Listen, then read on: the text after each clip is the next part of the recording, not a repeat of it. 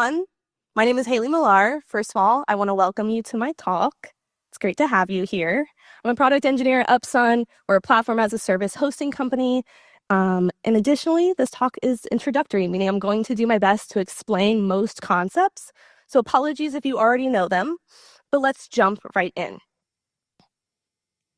During this talk, we will explore what a microservice is, the pros and cons, evaluating when to use microservices, a real-life example where we'll talk about the decision-making process, the implementation process, the success, challenges, and overall outcome. We won't be looking at any code today besides a little bit of some command line usage, so just be aware of that. Let's quickly go over some microservices and their pros and cons. A microservice is an architectural approach, leveraging independent services that communicate with each other using APIs or application programming interfaces instead of having a singular monolith of code. You can see here having a microservice doesn't always have to come with a database. The idea is that all of your microservices would be loosely coupled. Microservices are also easily scalable. Add resources where needed at a microservice level rather than increasing the entire application resources itself. They're also agile, meaning that since the application is broken down into smaller microservices and thus smaller code bases, you're able to develop and deploy quickly when needed as opposed to a larger monolith. The technological freedom to switch it up as well. This means that you can decide what tech stack to use depending on what you need for each service. You're not required to use the same framework or even programming language. Fault isolation can be achieved as well. Microservices can fail gracefully without bringing down the entire application, meaning that you can degrade your performance instead of having the entire thing brought down and provide your users with the best possible experience that you can provide at that time.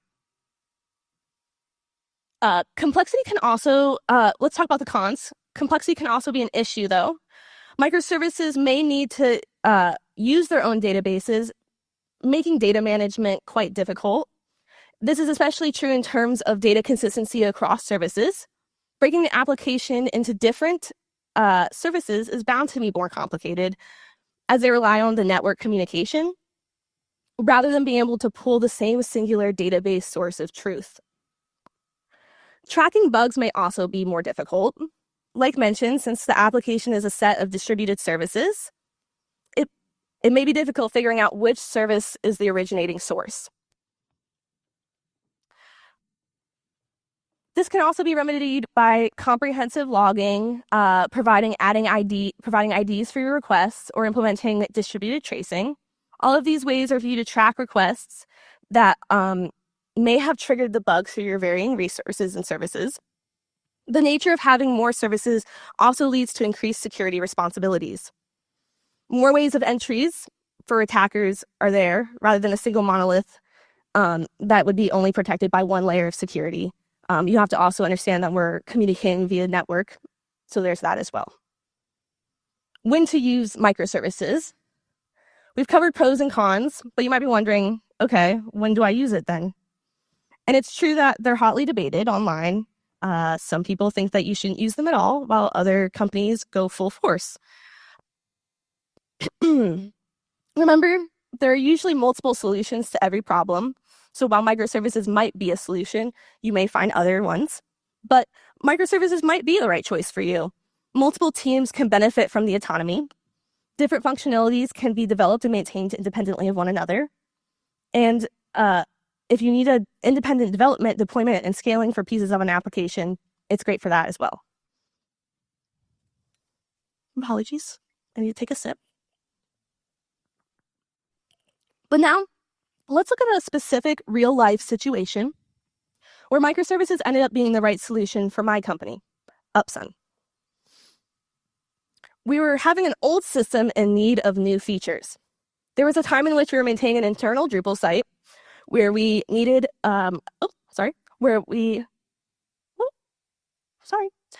related to our accounts management, which is my team and what we work on, users. While we aimed to retire it eventually, we needed a more immediate solution to user abuse on our product. It was possible to implement anti-abuse measures in this Drupal monolith. However, we weren't sure if we wanted to. However, we didn't want to add onto an old system and retire eventually. And we also didn't want to add more strain to our Drupal site. It was already having some issues, and we wanted to be able to develop quickly without worrying about Drupal-specific requirements. Finally, we already had other services separated from our Drupal application that still talk to it, like our authentication service and organizations. Consequently, we started discussions on the need of an anti-abuse logic that needed to be added, and a new microservice became the popular topic of interest. Know Your Customer, KYC. We decided in the end that we were going to make a Symfony microservice named Know Your Customer, KYC. This is a common name or logic in the financial industry. It's logic that validates customer identity and evaluates financial risk. Learn more about the specifics of implementing KYC by watching my coworker Moritz Schu's presentation called Building a Fraud Prevention Component, which he gave yesterday. But the recordings will be online hopefully soon. So once you receive those, please take a look. It's very interesting. The QR code links to that. We started out small. We wanted to start with what we wanted, which was just a bare minimum bones. So that to us meant user data sync to base the application's logic on, a user score endpoint for our support team to use, staff verification endpoint if a user was to block a user if they were deemed abusive or not, and grant lists to allow for internal staff testing and bypassing. So here's just like a really oversimplified version and diagram of how this might work. The KYC microservice syncs data from both accounts and auth, where accounts is our user service. Accounts then would use the score from KYC to determine whether a customer should continue to be halted. That means while KYC calculates the score, it is not the determining service to whether we will limit the resources themselves. So let's talk about the building blocks. We started with the following for version 1.0 of KYC. PHP unit for testing. If any of you are familiar, it's based on SUnit and JUnit. GitLab CI/CD, continuous integration, continuous development, meaning that we could merge our issues back into main, or merge our branches back into main, continuous delivery and automatic deployment, cron to sync user, or Symfony scheduler to do user syncs and grant lists. And of course, Symfony bundles, so we don't have to write everything from scratch and we can focus on the logic. In addition to the required Symfony framework and related bundles, we also used Jose framework, LexCK, JWT authentication, course doctrine, and doctrine migrations. So as you can see, we're starting really simple. We're not using anything crazy. We're not doing any tooling that you would, anything crazy custom with that. Additionally, I wanted to include how we use the Symfony Messenger component in version 1.7 onward. In particular, we're using this to sync data regarding IP scores from an external service. And since we were a platform as a service company, it made sense to host KYC ourselves. If you're curious and you want to know more, I have a QR code here on some docs to how to deploy on Symfony, as well as a free trial QR code here. And then let's just go through really quickly. We have here you can actually deploy a Symfony demo app if you'd like using the Symfony command line. It's super easy. You just give a project name and then tack on demo and Upsun, get into that project name, and then you can deploy it. Similarly, you can do it with a pre-existing project. Just go ahead and init it and add your YAML files, and there you go. You can deploy it. If you want more information on this or a demo, we have them going on at the booth. Additionally, the last talk before this, my coworker and colleague Thomas did a great job explaining this as well. To look out for that recording. So what do we have now that we've established the bare minimum, but we've gone forward? So we're at 2.23 right now, versioning. A lot has happened between version 1.0 and now. Since then, we've added different score types. Now we have overall risk score, known customer score, for free trials, card testing, as well as payment profiles to decide on the payment methods available to the customer. External risk assessments for IP and payment method considered, and the beginning stages of implementing machine learning. But overall, we're aiming always for a more complex logic for our user score. Let's take a quick look at the release timeline. In June 2022, we finalized our design for KYC. It took us roughly 6 months to implement after the initial design, which was agreed upon with our stakeholders. And since then, we've maintained steady releases. Let's talk about the successes and the challenges. First, the successes. We have been able to iterate quickly on KYC during its lifespan. Because it's a microservice and it's a smaller code base that we didn't tack on to a giant monolith, we were able to develop and release quickly and easily when needed. If we wanted, we could release multiple times in one day without bringing the entire application down, which is awesome. This has made features so easy to add in a swift fashion. As a result of this quick and successful development, we have saved resources and thus money, added new features and functionality that improve both the life of our support team, but also the logic of within the service itself. A service that doesn't need re-implemented in the future as well. Symfony is up to date, our PHP is up to date, and we don't have to worry about integrating it into an older service that we knew we were going to retire. But successes are not without their challenges. Ensuring data that was properly synced from their source of truth has been tricky at times. Our application also has increased complexity of our support team who now has to field tickets about users who are blocked from our service. But that's okay. And that's the end of the talk. Thank you.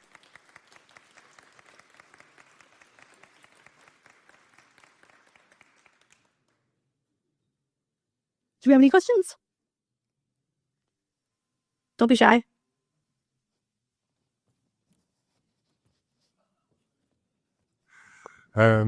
Thank you for the talk. On your journey implementing this microservice, did you find any library or any tool that helped you implementing microservices? I mean, Symfony itself is so lightweight that's kind of what drew us to it in the first place. And the fact that it has all these modular building blocks with the bundles, it just made sense. Additionally, we were already familiar with PHP, so that also kind of led us to that solution. But I can't say beyond Symfony being what seemed like a good option of framework, that I think that's what drew us mostly. It was not necessarily a tooling part. Okay. Thank you. Thank you for the talk. A quick question. Have you implemented during the life cycle of this product, have you implemented supporting different versions of it? Like having URLs endpoints with /version this and this, and then the next one would be /version next one, so that when you deploy the new stuff, the current ongoing codes to the previous version will still be working. I mean, have you done that? No, I haven't. No, we haven't done that, but that's a good idea. Thank you. Mm-hmm.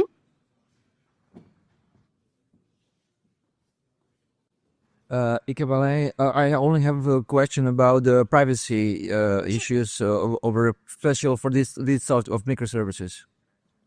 Okay, so the problem. What challenges did you have, and how did you solve it or not solve it? For in terms of privacy? Yeah. So we're really careful on our accounts team that we are not saving personal information that we don't have to. Because we already had this account service, it's easy to make sure that we don't have that personal information in our KYC.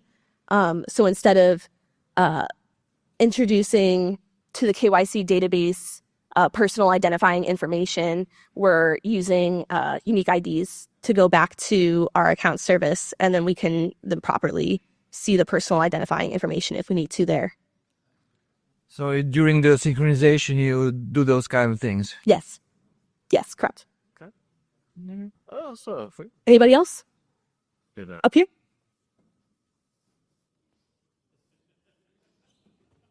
Oh, that was close. That was a good one.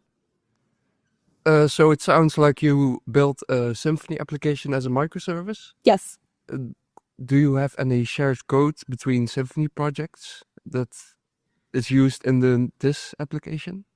Like internally within the company? Yeah, like a bundle for your projects. I don't think so. Okay, well, But it's a possibility in the future, depending on how complex and how we keep developing it. yeah, exactly. Yeah. I was wondering if so, then how? Right. No, we really did try to start, like when I said we tried to start simple, I really do mean that we tried to start with the basic building blocks that Symfony and the bundle, that gave us. And it ended up working out well, and we haven't had to do that yet. But it is a good point that it could come up in the future. Nice. Good thinking. Anybody else?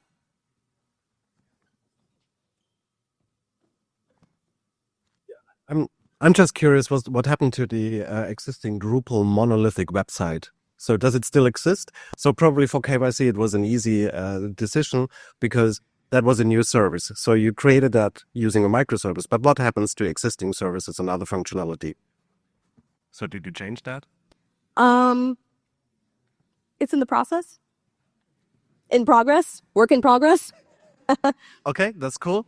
So second question, because I guess many devs are faced with that. So you have an existing solution, and then it comes to a decision, how are we going to continue? Are we either going to maintain legacy code, or are we deciding to switch to a new microservice approach? I see. What would help us developers in the decision-making process? So you're obviously not going to be able to rewrite everything and switch over probably that easily, right? Like when we have a complex system that's working like this and scaling up and down, it's quite difficult. I think what our current overall process is to piece it out, take pieces and re-implement it in a kind of semi-modular fashion. The idea too that we're trying to figure out is if we can use an existing product to basically do what we need to do without rebuilding it. So the idea of like Nigel's talk earlier of IKEA bias of like building it yourself. You think it's better, but it probably somebody might have a better idea of how to do it. Listen, I'm not the smartest, but I'm also not the dumbest. And so what you got to do is realize where your limits are. So yeah, that's kind of where we're taking it, is seeing what's out there product wise. If we cannot use that, then we are piecing it out and taking we haven't decided yet, but taking those pieces and seeing if we can re-implement them in a more modular fashion. Yeah. All right, thank you. That helps.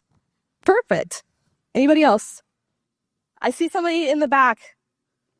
I'm sorry if I didn't see you before. It's hard to see up here. Also, thank you for all the questions. It makes me feel better. Yes, thanks for the talk. What are the challenges you face with synchronization of external services? The biggest problems that we face is making sure that the user data is up to date. So we introduced refreshing, and we made sure that as when users' accounts are created, that we're making sure that score is getting calculated as soon as possible. Yeah. So you are also dependent that those services are up or not. So are you fix that? The dependency. What? Yeah, it's asynchronous. That's basically how we get around that. I don't know if that helps or not. Okay, thank you. Yeah, we have a syncing worker, and then we also have like an asynchronous behind that as well, in case the user score isn't there. Does anybody else have any questions? It's okay to say no. Okay. Well, thank you all for your time.